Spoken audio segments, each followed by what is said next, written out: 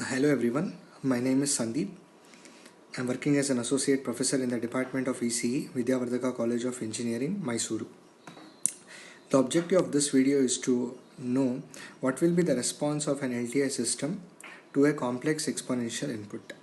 Okay, why we have to know that, what is its importance, we will see that later. But before that, we will try to learn how an arbitrary signal, a discrete time signal x of n, can be represented as a weighted sum of time shifted impulse functions. Now delta of n is a discrete time impulse function. Delta of n minus 1 or delta of n plus 1 represents its shifted versions. I have taken an example here. X of n is equal to 1, minus 1, 2 and 1. The arrow mark indicates that that sample is present at n is equal to 0, and the value of 2 is at n is equal to 1, and the value of 1 is at n is equal to 2, and so on. Okay, now you can see that the value of this particular sample is at delta of n shifted to the left by 1 time unit, which is represented at delta of n plus 1 with its weight 1. And here this sample, the arrow mark sample, represents delta of n with weight minus 1, and 2 is at n is equal to 1, so it can be represented as delta of n minus 1 with weight 2, and the last value 1 can be represented as delta of n minus 2 because it is present at n is equal to 2. In general, any arbitrary given signal, discrete time signal, can be represented as x of n is equal to summation k is equal to minus infinity to plus infinity x of k into delta of n minus k. When such an input is given as an input to an LTI system, the output y of n, provided the impulse response h of n is known to us, then output is given by y of n is equal to summation k is equal to minus infinity to plus infinity x of k into h of n minus k, which we call it as a convolution sum. What is the output? Output is also a weighted sum of time shifted impulse response. That means what? If I know how does the system respond to an impulse function, then I can determine the output to any input with the help of the impulse responses. Okay, that's the idea of convolution sum. The idea also is equally applicable for convolution integral, and hence y of t is equal to tau is equal to minus infinity plus infinity x of tau into h of t minus tau d tau. Okay, now two things we have learned here.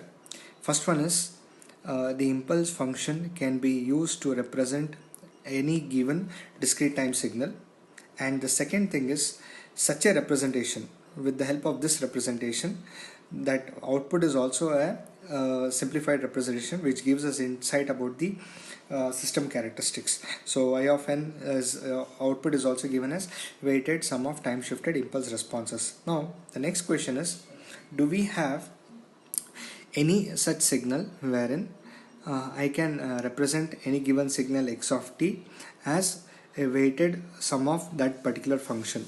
What is that particular function? Or in addition to that, will that function help me to determine the response also as a weighted sum of those functions, response to those functions? These are the two things that we are going to address in this particular video. Now let us consider a continuous time LTI system whose input is represented as x of t, output is represented as y of t, and the impulse response of the LTI system is denoted by h of t. Now let us give a complex exponential input to this LTI system. The complex exponential is nothing but e power st, where s is a complex number given by sigma plus j omega. So e power st is the input given. What will be the output? That is what we are trying to determine. Now we know that the output can be given as in the form of a convolution integral. Tau is equal to minus infinity to plus infinity h of tau into x of t minus tau d tau.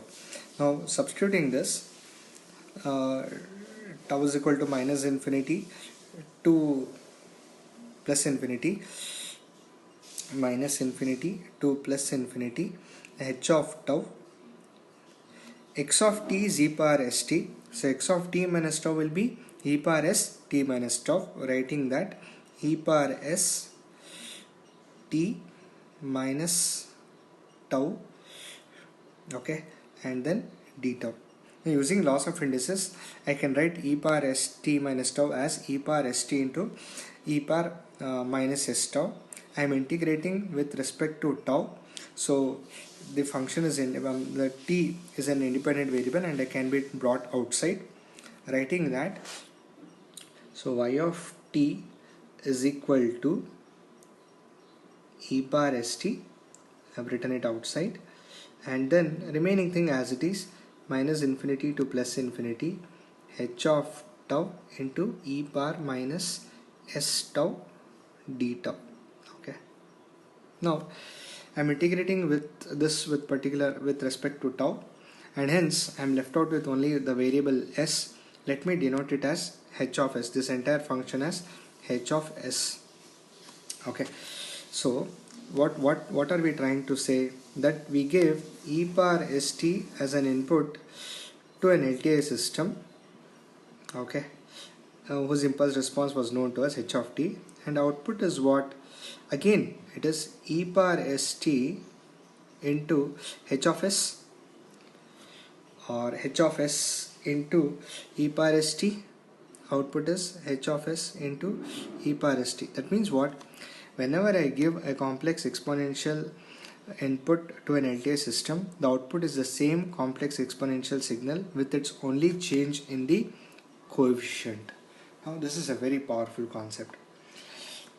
What is h of s given by? H of s is equal to, now here tau is just a dummy variable, right? I can write it with any other variable also.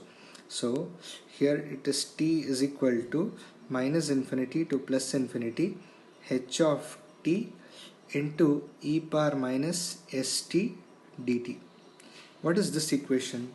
The right hand side is the bilateral Laplace transform of impulse response. So Laplace transform of h of t is nothing but h of s. What is h of s? H of s is the system transfer function. It's a system transfer function, and so the relationship between the system transfer function and the impulse response of a continuous time LTI system is this particular equation. It's a very important thing.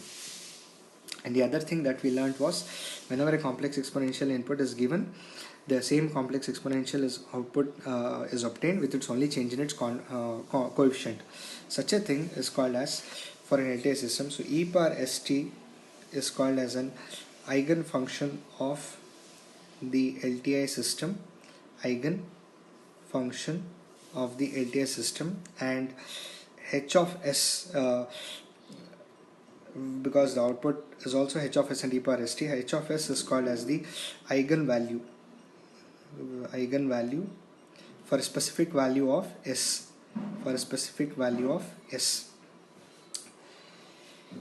Now considering this equation, we can, this equation was holding good for a function h of t. If it holds good for a function h of t, it should hold good for any arbitrary function, and hence in general I can write it as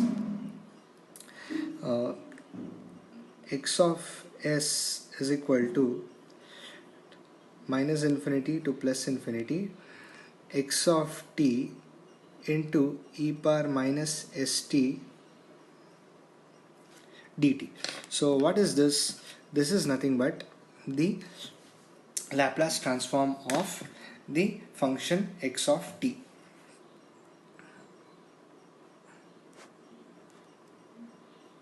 X of e power minus st dt. Okay, so this is nothing but the bilateral Laplace transform of x of t, which is given by x of s. Now here s was equal to sigma plus j omega, right? Sigma plus j omega. What if sigma is equal to 0? If sigma is equal to 0, then s is equal to j omega, and hence I can write x of j omega is equal to integral t is equal to minus infinity to plus infinity x of t into e power minus j omega t dt. Now what is this? This is nothing but the continuous time Fourier transform of x of t, which gave us the x of j omega. So I can say that a Laplace transform is generic, whereas continuous time Fourier transform is a special case of Laplace transform. Laplace transform is applicable for both converging functions as well as diverging functions. That is, whether the function is absolutely integrable or not, Laplace transform exists, but of course there is some condition to it. We'll come back to that. Whereas Fourier transform is applicable only if it is a converging function, that is, if it is only absolutely integrable. Only if a given function is absolutely integrable, I can determine Fourier transform, but Laplace transform is not. Why is this case? This is because of the function, this particular value, e power minus. Suppose I consider that, say I have taken some x of t, which is an exponentially rising function, and this function is not integrable. You can see that as t increases, it is exponentially increasing. Now if you observe that it is being multiplied with e power minus st, so it is multiplied with e power minus st, so t e power minus st, I am multiplying it. It is, if this function decays at a rate faster than the rate at which x of t is growing, then the product of this function will be a converging function, and hence it will be absolutely integrable. Now this function, what decides that it decays at a fast rate? That is the value of s.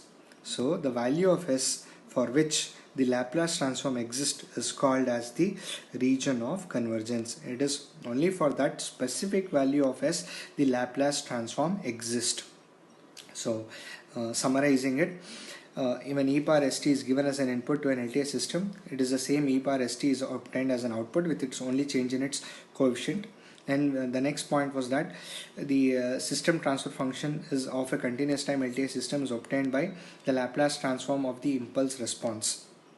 And then next we said the Laplace transform is generic, whereas the Fourier transform is a special case.